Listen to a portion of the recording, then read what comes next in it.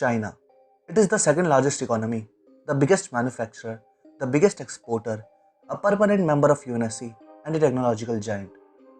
But despite all these factors, you must be wondering, why is China hated so much? Why nobody wants China to be the number one? Well, in this video, we are going to discuss the top 6 reasons which has made China so unpopular.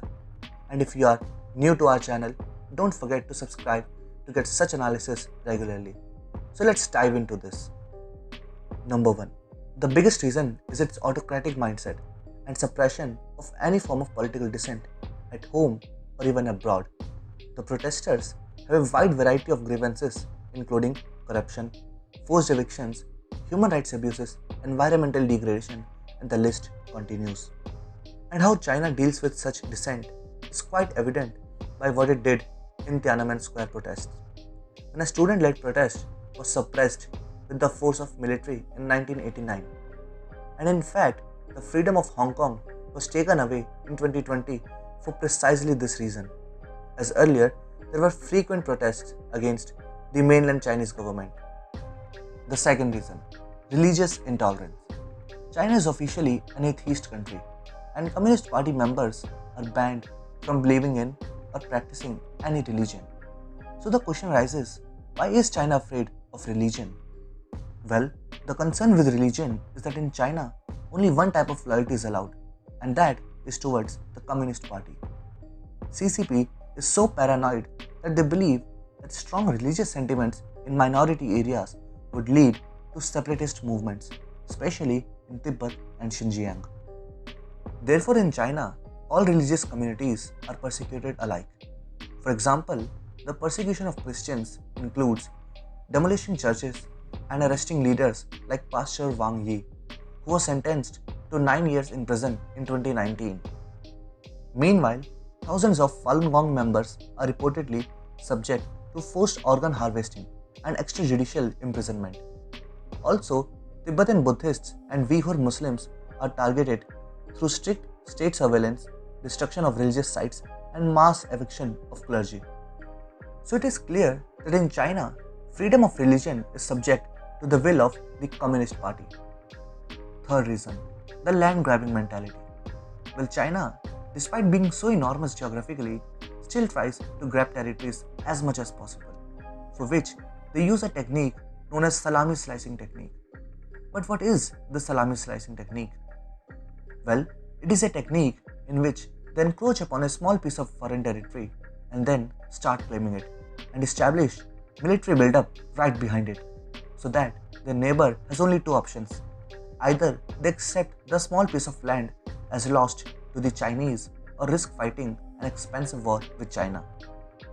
And over a period of time, these small incursions lead to a strategic transformation in the favor of China. Thanks to this mindset, they currently have boundary disputes with more than 17 countries. It is interesting to note here that it claims territories of even those nations which enjoy considerably good relationship with China. The examples include Russia, Pakistan, and Nepal. Fourth reason, the intellectual property theft. When it comes to intellectual property theft, it is said there is the rest of the world and then there is China. The Commission on the Theft of American Intellectual Property in Washington, which is a bipartisan non-governmental group, estimated that stolen trade secrets, pirated software, and counterfeiting cost the US between $225 to $600 billion per year.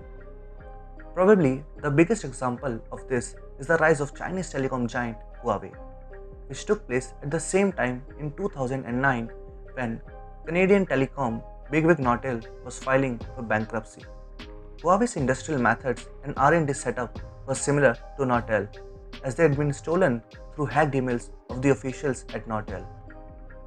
Fifth reason, the debt trap diplomacy. So what is the debt trap diplomacy?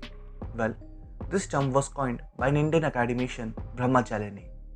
It is a situation where a lender extends the debt to a borrowing nation partially or solely to increase the lender's political leverage. China has been deliberately financing and developing the projects that do not have bright economic prospects in the other nations. A prime example is the Matala Rajapaksa airport in Sri Lanka, which is known as the world's emptiest airport.